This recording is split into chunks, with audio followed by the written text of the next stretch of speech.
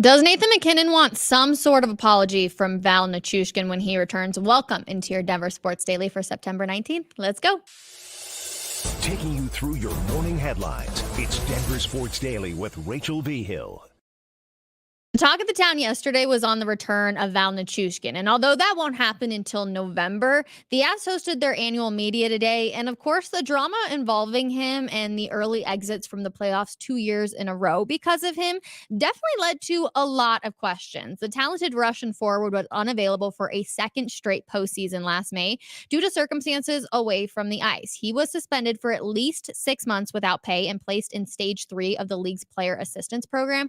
The National Hockey League and National Hockey League Player Association announced the news about an hour before the start of the Avs' 5-1 loss to the Dallas Stars on May 13th that left them trailing 3-1 in the second round series. It was definitely a heartbreak and something that I remember on the exact day being like, I can't believe that this is happening again. Obviously, the first time it happened in Seattle, and then to hear about it when we were actually at home and to see everybody's facial expressions and to see the frustration was something that I never thought that I would cover. Now, Nathan Mackinnon is known for being a bit of a hard guy, not just because he's an intense player, but because he has such high expectations, not only for himself, but his team and his teammates. So a lot of people opened up the question was, what does Nathan Mackinnon want to hear from Val Nichushkin when he returns? And well, Nate says actually nothing. Take a listen. Guys, for Nate, Jared said to us that he thinks Val will address the team and go through everything. What do you guys need to see or hear from him to welcome him back? Nothing. I don't think we need to hear anything. I don't feel like, I can't speak for everybody, but I mean, hopefully when he gets back, I'm sure he'll be in awesome shape like he always is. He was playing great, obviously, when that happened. So, yeah, I don't really need to hear anything. Jesse? Nate did have quite a good answer right there, and it really does kind of feel like it's water underneath the bridge, and they just want to get back to their winning ways and bring another Stanley Cup back to the Mile High City. And Kyle McCarl kind of followed suit yesterday when he was even asked about it, and all he wants to do is support Val when he gets back. Take a listen. Yeah, I mean, again, Val is a guy, he means so much to our group, and to be able to hopefully get him back in November is going to be huge. And again, we trust in his process and that he's done the right things to get better, and we're going to welcome him back to the best of our abilities, and whatever that means for him coming in, and whatever we got to do to help him out is our goal. So, yeah. And it's great to hear all of this. Yes, we're excited to support him. We're here for him if he needs it. And Jared Bednar had those exact same things to say. But what about holding a player accountable? Obviously, not getting paid for 6 months and not being able to work out with your teammates definitely hurts. But at least Jared Bednar is acknowledging the fact that Val needs to stay out of trouble upon his return. Take a listen. I can't answer that.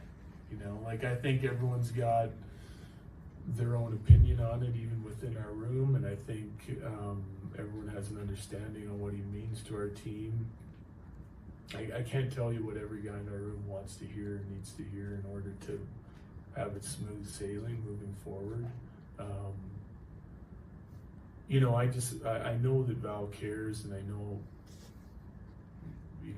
I think that I have to be there to support him, and if I think his heart's in the right place, and yeah, I just want him to be with our team and be healthy and be able to help us and be good at where he's at and stay out of trouble.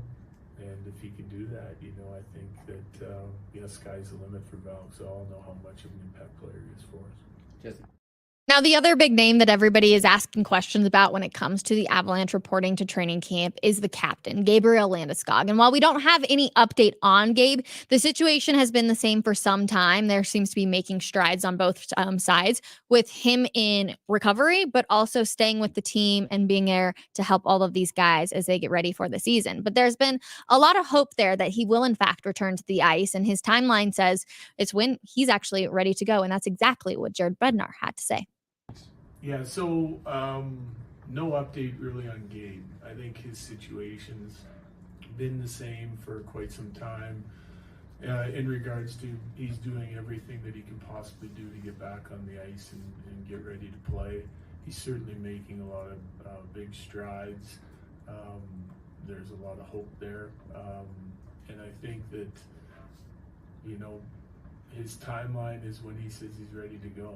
You know, it's kind of been the same for a while, and I know he's encouraged by the progress that he's made, as are we. But as far as putting a date on it, we're just not going to do that. The team obviously gets back on the ice today for their first training camp practice, but it is a question of if Gabriel Landeskog will meet with the media. He did not meet on Wednesday, but there's hope that maybe he'll talk today, Thursday. I'll be down there after session number 1. But Nathan Mackinnon was also asked about Gabriel Landeskog. We know the two are really good friends, and Nate Dogg essentially says that this was the surgery he needed to have. Take a listen. I think the surgery that he had, he could obviously speak for himself, but it seems like this is the surgery he needed all along. It's just a tough one to sign up for when you're out for 12 to 18 months. And I don't know where we're at, but it's over 12 and he's looking great and training the right way. And he's got some very, very smart people. You know, I'm sure he'll explain everything, but there's a lot of data and things like that. It's not just guessing. So he's on the right path and definitely expect him back, which is super, super exciting. You know, we never really knew. But I don't want to jinx anything, but he's looking great and hopefully we can get back. Now, just another training camp update. Arturi Lehkonen, he'll be ready to return shortly after taking contact. He's dealing with that upper body injury. One of the worst parts about hockey is the fact that they don't actually tell you what these players are dealing with, just upper body and lower body. But we got our training camp groups. Group 1, like I said, I will be out there today, hopefully being able to talk to Mikko Rantanen about his contract extension that he's looking to get. Again, you see down there on the bottom, not on the ice, Gabriel Landeskog and Arturi Lehkonen. So group number 2, the best part about Avalanche training camp for all of you, though, is that you can actually head on down to Family Sports down here in the DTC area, and you can go watch all of these guys for free. So it's a pretty amazing opportunity to see your favorite players up close and personal as they get ready for their first preseason game on Monday. So let's talk a little bit about the Denver Broncos, though, because they will have to make do up front without Mike McGlinchey. We told you about this yesterday. The veteran right tackle suffered a sprained MCL on the Broncos' third to last offensive snap during Sunday's 13-16 loss to the Pittsburgh Steelers. Unfortunate, especially that came so close to the end of the day. Mike Lothario first reported the news, adding that McGlinchey would miss about a month. And in fact, he did go on the IR, so he will be out for at least 4 weeks. But is Alex Podolsky ready for his first NFL start? He got asked this by our very own Andrew Mason and Cecil Lammy yesterday in the open locker room for the Broncos, and it sure sounds like it. Take a listen. Like Mike McGlinchey has helped me tenfold since I've gotten here to improve, but it's been an awesome time here so far. What kind of tips has Mike given you? Just a lot of stuff, you know, like a big thing is like what he's been here. He's been in the league for, I think this is 8th year now. And so it's just kind of like stuff that he had to go through that he wished someone would have told him. He's helping me figure out that stuff and just getting to pick his brain and how he thinks and how he goes about his process. It's been an awesome chance to have. We wish him obviously the best of luck for his first NFL start here on Sunday as the Broncos will travel down to Tampa. Now, here's a name. Raise your hand if you've ever seen this guy on an injury report before. His name is Greg Dulcich. Yes, indeed. He is back on the injury list, limited in practice with a knee and ankle injury. So unfortunate. I feel like we're just waiting for Greg Dulcich to really get going, but he keeps dealing with these injuries, and it's the exact same thing. Last year was a hamstring injury. Now it's a knee and ankle injury. It feels like the guy can just not stay healthy, which is super unfortunate because everyone talks about how high his potential is. Also not practicing on Wednesday were safety JL Skinner and right tackle Mike McGlinchey. Obviously, McGlinchey being placed on the IR, like I mentioned, and will miss the next 4 games. And then Skinner, who has flourished on special teams, suffered an ankle injury last Sunday as well. Defensive end John Franklin Myers is in concussion protocol, but was on the field stretching with teammates as practice began as well. So just a little update for you on the Broncos. They will take the field again today on Thursday, and we will hear from the coordinators following practice this afternoon. We'll stick in the NFL, but we'll head on over to one of the AFC West opponents, and that is the Chargers. Head coach Jim Harbaugh says that he expects Justin Herbert, excuse me, I almost called him Jim Herbert. Jim Harbaugh expects Justin Herbert to be ready for this week's game versus the Steelers. He said that Herbert is working on an ankle injury, but is feeling quote unquote much better. If he cannot go, Easton Stick would get the start against one of the toughest pass rushers in the NFL. Obviously, TJ Watt, the Broncos just saw the Steelers. They are absolutely beast mode, I should just say, up front, or on their defensive side of things up front. So it would definitely be a bit of a rough go for Easton Stick, but he's obviously been in the NFL. He's had a few NFL starts. But if you are playing in fantasy football and you have Justin Herbert, just make sure you're paying attention to that one as they get rolling on Sunday. Now, some guy that will not be taking the field, even though he's been taking the field for quite some time, will be Bryce Young. He will be riding the bench when the Panthers take on the Raiders this week, and he reportedly isn't happy about it. ESPN's Jeremy Fowler said Young is pissed about the move, which comes after the Panthers have been outscored 73-13 in the first 2 weeks of the season. Young has thrown for 245 yards with 0 touchdowns and 3 interceptions this season for an abysmal quarterback rating of 9.1. Yes, you heard me say that right. 9.1. Veteran Andy Dalton will get the start this Sunday. It doesn't come as a surprise. And I think a lot of the times we hear from the media of like, yes, they've accepted it. They want to do whatever is best for the team. But when you actually hear the real emotions from these players, example, like Bryce Young being pissed. First of all, he should be pissed. He should be pissed that he wasn't playing well enough to land and keep that starting job after having such a successful career. That's why he was picked number 1 overall. So I never think it's a bad thing when we hear that these NFL players are pissed off about a move. I'm like, good, you should be. You lost your job. You should be pissed off about it. But it'll be interesting to see what ends up happening with the Panthers and if Bryce Young will ever, get back in the starting lineup. We will have to see. Now let's talk about the offensive player and defensive player honors for week 2, because we got running backs, Alvin Kamara and James Cook, and they have earned offensive player of the week honors. Kamara scored 4 touchdowns and racked up 115 rushing yards in the Saints' big 44-19 win over the Cowboys. Who saw that one coming? Definitely not me. Cook scored 3 times, twice on the ground and once through the air in the Bills' 31-10 win over the Dolphins. And then on the defensive side of things, the Raiders, Max Crosby, and the Falcons, Jesse Bates, have earned Defensive Player of the Week honors for week 2 as well. Crosby had 2 sacks, 4 tackles for loss, and a pass defended in the Raiders' comeback win over the Ravens. And Bates had 12 tackles and a game-sealing interception in the Falcons' dramatic win over the Eagles on Monday night. So congratulations to all 4 of those players. Now let's go up to Boulder with Coach Prime. And he thinks that the media is being too hard on college athletes and says jealousy is to blame. Yep, you heard me say that right. Deion Sanders lashed out at reporters during his Tuesday press conference, saying, once upon a time, you guys never attacked college players. Now they're making more money than y'all, and some of y'all are envious and jealous about that. The Colorado coach added, your job does not say attack. If they didn't play well, leave it at that. Interesting coming from Coach Prime right there. Let's get to some of your guys' comments, of course.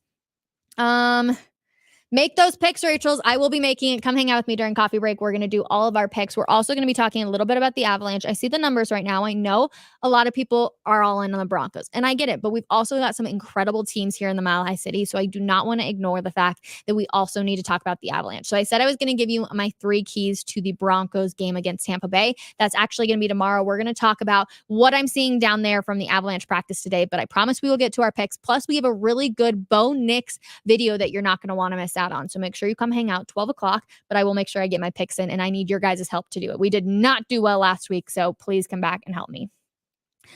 Some people say Bo is getting a little prickly with some of his answers during pressers.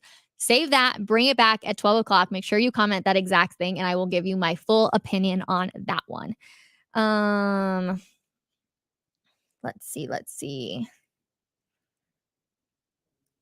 I played sports well into my adulthood. Congratulations. And I know missing games killed me. So Gabe must be going nuts without being out so long. I would guess he would return ASAP when his body lets him. I know Gabriel Landeskog wants to be out there so bad. And it would not come as a shock that whatever he can do to get out there, he's going to do. And I do think that the surgery, much like Nathan Mackinnon said, was the right move for him.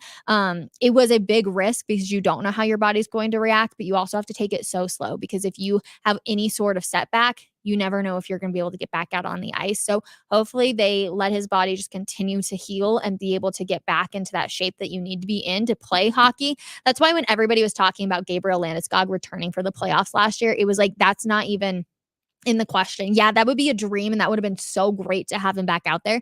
But there's no way his body could have been in playoff hockey shape, let alone just hockey shape following a surgery of that magnitude. So I'm excited for him. I hope we do get to see him back out there sooner rather than later. We miss the captain here in the Mile High City. But yeah, I can't imagine how he has to be going a little stir crazy seeing all these guys, but he's also acting as a coach essentially, and it's great to see him out there.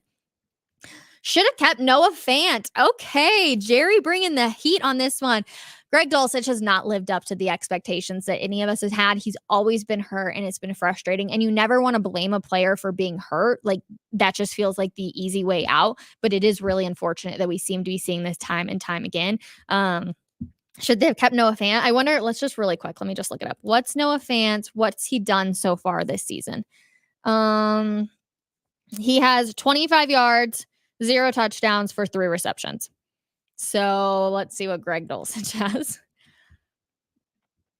Greg has 5 receptions for 28 yards, 0 touchdowns. And we know he's got a few dropped passes in there. So it seems like both are kind of the exact same player, if I'm not going to lie. Yes, Noah Fant has stayed healthy, in fact, but I don't know if you're getting much more production out of that.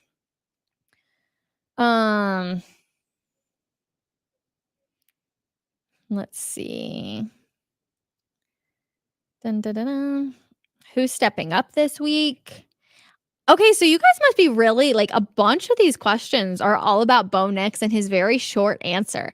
We're gonna get into all of this, you guys. Come hang out, coffee break 12 p.m. because I have some opinions on this for sure. So we'll get into it. But who's stepping up this week for the Denver Broncos? Well, if we're gonna be completely real, it's Alec Pavelski. He's got to step up because he's got to be in for Mike McGlinchey, obviously. I hope that he's got a good game. I hope he feels confident and the rest of the line can help him for sure. I kind of wonder if they're gonna throw in more Matt Pert, which is the other tackle. Essentially, we saw him. If you tuned in on Wednesday, it was one of my observations that they added him into the mix a lot more. He's number 79 for the Broncos. So I kind of wonder if we're gonna see a little bit more of him, especially with Pavelski now coming in for Mike. So that would be an interesting one. Who steps up this week? I think Cortland Sutton needs to have a big week. Josh Reynolds needs to have a big week, but I feel like we're talking about that time and time again. So those would be 2 guys that I think really do need to step up. Cortland Sutton, especially, like, you've got to be wide receiver number 1 this week. You have no option. The Broncos cannot win the game if you cannot figure it out and be a serious attack for this Denver Broncos team. So that would be my guess, and I hope that I can be right because I would love to see Court get some grabs and some touchdowns. If you're in a single QB fantasy league and using Herbert, just quit now. Wait, I love that comment so much. I don't do any fantasy. Between the picks and everything that I do for the Broncos, I don't get the opportunity to watch much other football unless it's on Thursdays or Mondays. But I do know that people do not like Justin Herbert as a fantasy team. He was one I helped my future sister-in-law with her fantasy team, and Justin Herbert was on the board like pretty much the entire time. So that cracks me up. Dun, dun, dun. Let's see. Oh, probably an unpopular take here, but when college players started getting paid, they opened themselves up to more scrutiny, in my opinion. That's actually a really good point. And I kind of think that I do agree with that. I think when you start making money, it's a lot like the NFL, and you do open yourself up to a lot more scrutiny because you you have to be able to put good play on the field. Otherwise, people are like, why are you making so much money? It's the same thing for the NFL. So I actually do agree with that. I think that's cool. Let me rephrase that. I don't think it's cool to go and attack college players, but I do think that you have to take the heat, especially if you also hand back out the heat. And we all know that the players up in Boulder definitely tend to speak what they think. That's for sure. Okay. The Avs are in a good spot. Either Val has a huge year and stays good, or he gets strike 4 and they can terminate the contract. Obviously, the best option is player number 1, that he gets help. And really, I think that's like the major thing, is that he is still human. And that's really what we want to see for Val Nichushkin, is for him to, find that support system, but also be out there on the ice and stay healthy. Like, that's number 1 overall. Hopefully he doesn't get a strike 4 and they can terminate the contract. That's, I don't think, what anybody here in Avs Faithful wants to see, or anybody on that team wants to see. Good morning, Rachel. Have a great day. Good morning. Thanks for hanging out with us. Rachel, were you at the Avs press conference yesterday? Is Lehkonen really going to miss the start of the season? It does sound like Lehkonen is going to miss the start of the season. I was not out there. Will Peterson was out there. He had a ton of great videos on everything that you need to know for sure. I'm headed out there today as soon as the show's over. The first group will get off the ice around 11 a.m. So I'll be in the locker room sitting, chatting with guys. But yes, it does seem like Artturi Lehkonen is going to miss the start of the season unless there is some crazy bounce back during the preseason and he's able to get going. So I wouldn't be surprised though. Last one. Thank you for being truthful with opinions about Denver. That's my job. I'm really lucky, actually, that I get to sit up here and talk to you guys about my opinions. This job, I feel like there's so many different opinions. And I think being able to have conversations and truthful conversations and seeing multiple sides is what makes sports so fun. So I will always give my opinion. And I appreciate you guys for listening and giving me your opinions and going back and forth. So trust me, it means the world to me that I am able to sit up here and do that as well. But I am headed off to the Avs. So I will be back 12 o'clock. Come hang out with us. First of all, I need your help with picks. Please, please, please help me do our picks. And hopefully we will have a better week than last week. We're going to talk a little bit of Avs. Like I said, we got a really good Bo Nix video. We'll get into the whole question too about how he's super short with his answers. And then, that'll be our Thursday edition. It's almost, what do I call it, Trey? Trey's our producer. What do I call it for pre-Friday? It's a Friday Eve. It's Friday Eve, everybody. I walk in here every Thursday and I said, have a good Friday Eve. So that'll do it. But I'll see you guys 12 o'clock. Bye.